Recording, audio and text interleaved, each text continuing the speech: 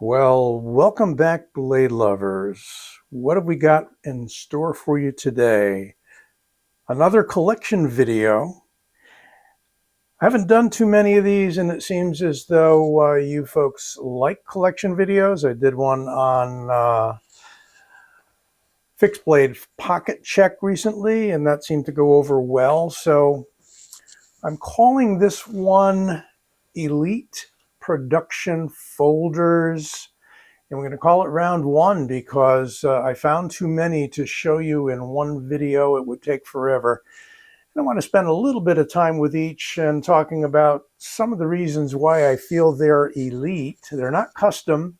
Some of them are very borderline custom, as you might be peeking at right now. But let's do a little bit of a reveal here. I was zoomed in as close as I could get, and there we have 5 knives that I'm going to show you first. First round. I do plan on following up because I think I assembled at least a dozen, and so here's the first 5 that I feel are quote-unquote elite. And let's pull the first one out because I think it probably visually represents the most eye candy here. And as you can see, this is the Socom Bravo from Microtech, made by Reich Knives.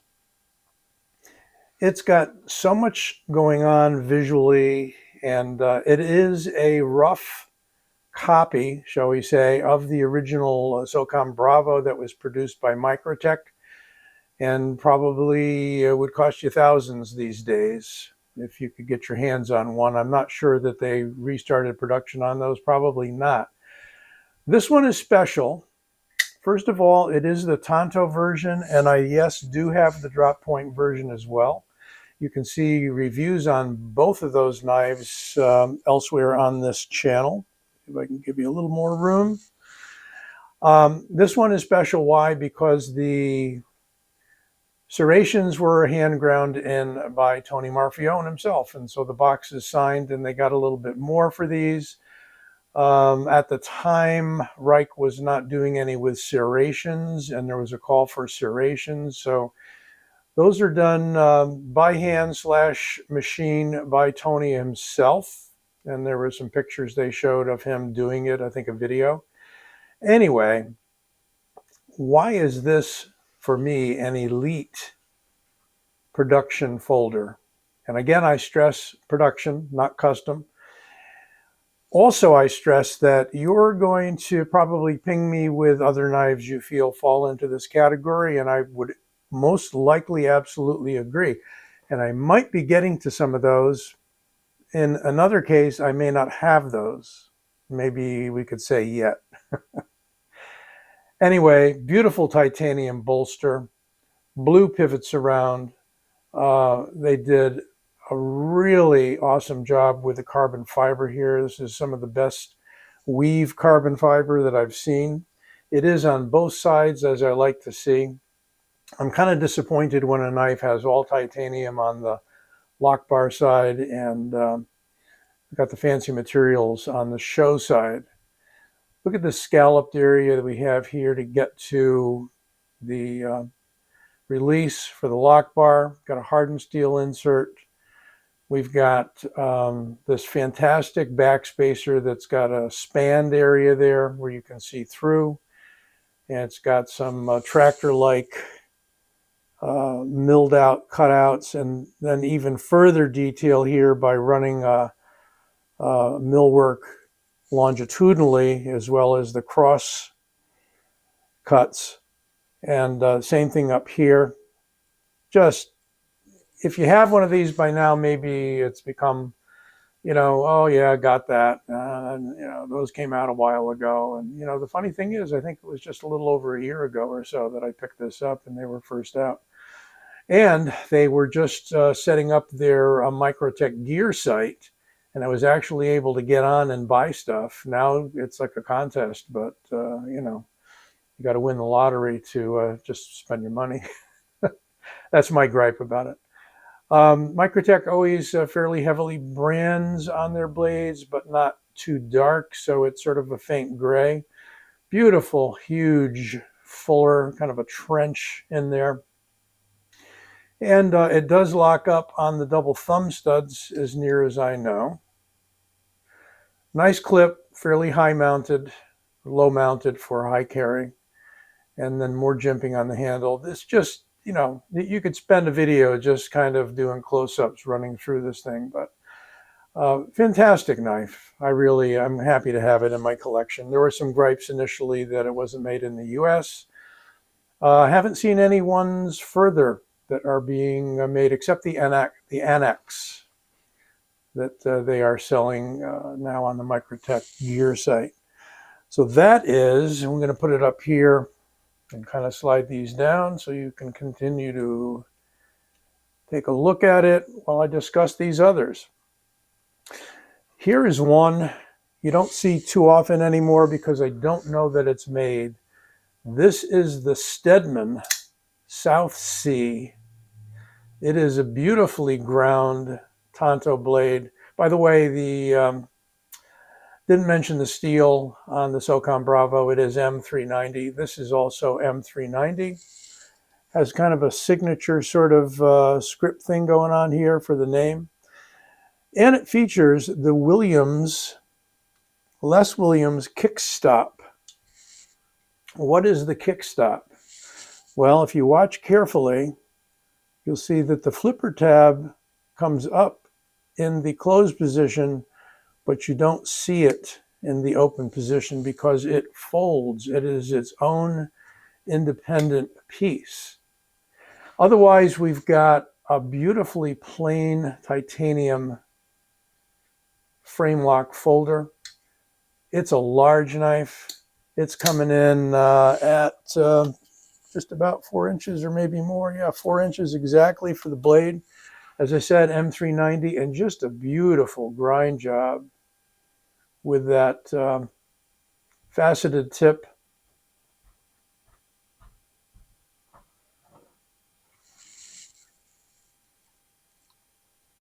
Okay, well, sorry for the little interruption in the video. You probably saw it flip from one scene to the other. Had something going on the side. Anyway, just check out this beautiful grind. It's so crisp. It rivals anything that you would see from, Microtech, Reich, what have you. I'm not so sure of the background on the Stedman Knife Company. I know they are connected to another well-known company. If you know, let me know, because I don't have all my industry history down pat. One thing I'd hoped to do with this knife eventually is have it modded and get some detail work done on at least the show side here, maybe the other side as well to make it complete. Might go out to knife modders if we can possibly find them at a not busy time. We've got some rather smooth jimping on top. It's a little bumpy. It's not bad. Can't feel it through this Band-Aid. I had a little mishap the other day. Small one. Can't handle knives without getting cut once in a while, right? So that's the Stedman South Sea. Just a beautiful large knife, full titanium handle. Comes in a little Pelican type case, and you can. I don't think you can still get them. If you can, I mean, I'll try to give you a link to it, but I have a funny feeling that they're no longer produced. Now we move to the smallest guy on the table here, and the smallest guy on the table is this wonderful Williams knife, the Rocco Zukuri, and it is a folding Tonto-ish style blade. We'll call it the Kaiken. I believe it's called they call this fixed blade the mini Kaiken. On this one, they just call it the folding Kaiken. Here is the thing that makes this knife special, is the spectral carbon fiber, which is supposed to be many times more dense than standard carbon fiber. M390 blade on this, by the way. Made by Lion Steel in Italy. The thing about this fat carbon fiber, this spectral fat carbon fiber, is that this is the only integral carbon fiber knife that is a frame lock.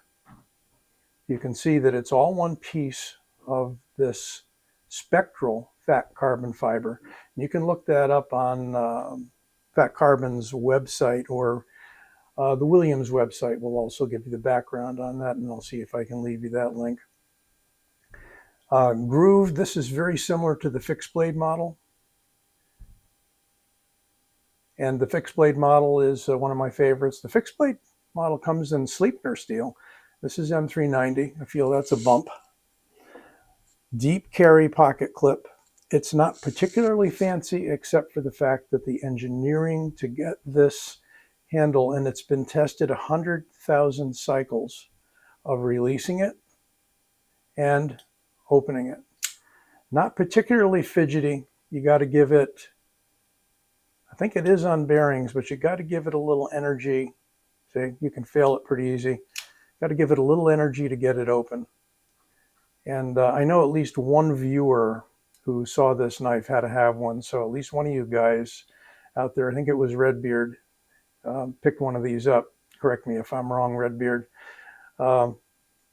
It's just a beautiful lightweight knife, and I think it comes in at like, you can see the review on this one too. I think it comes in at about like ridiculous 3 ounces or less, because there's nothing there. I mean, it's all carbon fiber, with the exception of the hardened steel insert.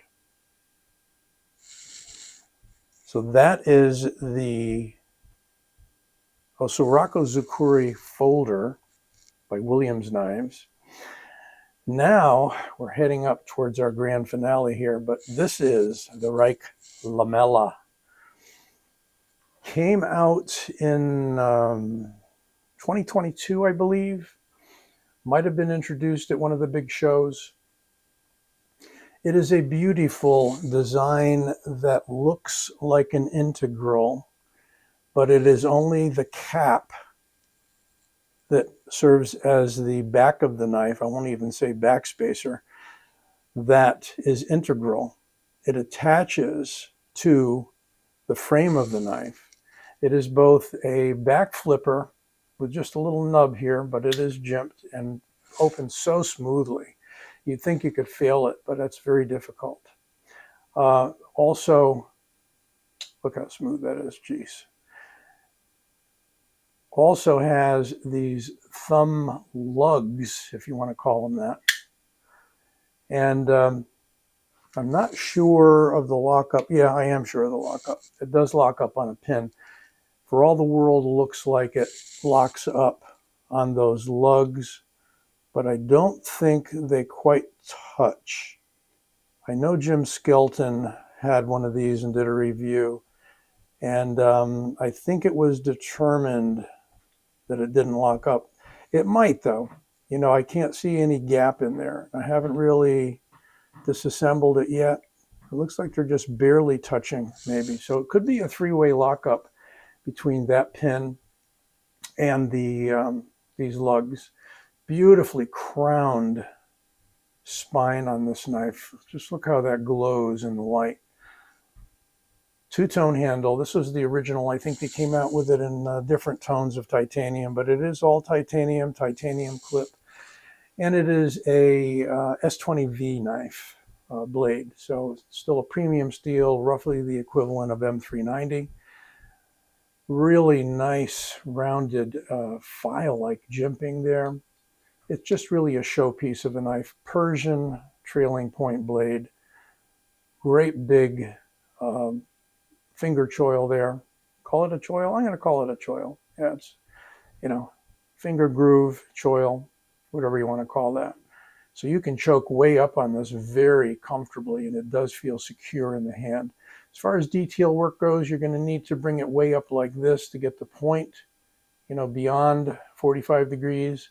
But, you know, how much this is going to serve as a working knife and how much it's going to be a safe queen showcase knife, I really couldn't tell you. Speaking of that, this is a recent addition to my Elite production folders. and is my first, excuse me, I'm getting all choked up already, custom knife factory knife. A design by Bob Truzzola, a replica of one of his original tactical folders. Of course, Bob is the grandfather, shall we say, of tactical folders. He came out with the concept, and much of it was fashioned around the profile of this knife. There you have it. This is the Eagle Rock custom knife factory. I believe it is an M390. No, it's S90V blade. I forgot that already. Heavily stonewashed. There's several versions of this that came out. The bolster is heavily stonewashed. We've got a red and black weave carbon fiber. It is a large and I would say heavy, but no, really light for its size. And it has like a 4.5-inch blade, but look at the grid work of milling on the inside of the handle there. That definitely lightens it up quite a bit. The only niggle here is that there is a pocket clip, titanium. It's heavily branded with Bob's name on it. For $50, I see that NC Blades offers a plain clip. Why they couldn't have given us both clips in the box for the money, I don't know. And the money is significant on this. You can look them up. This came from the Knife Center, and at the time they actually had the best price on the knife. So this came in a little over $5, and I think the list on them is a little over $6. So yes, before you say you're nuts for spending that much on a knife, I can tell you this will be a keeper for a long, long time, as long as I'm around, and then maybe it'll get into somebody else's hands. Look at that beautiful compound grind. Very shallow here for cutting. It's going to be a more obtuse edge, a finer edge here on the belly, where you're going to do your fine slicing work, and a beautiful tip. Plenty of meat in that tip on that S90V blade, and about a 5mm, I think, blade stock on this. So it is no lightweight, either for use or for show. Very smooth on bearings. The thumb disc is a great way to fire it out. I have no problems doing it that way. And we're going to set that one back down. But there you have my first round of my Elite production folders. Hope you enjoyed this. And again, if you wanted to know any more about any one of these 5, just look them up on the channel. There are reviews, individual reviews. They're independent, they're all by me. Reviews on each of these. Don't forget to give this video a like and subscribe. Hope to see you back soon.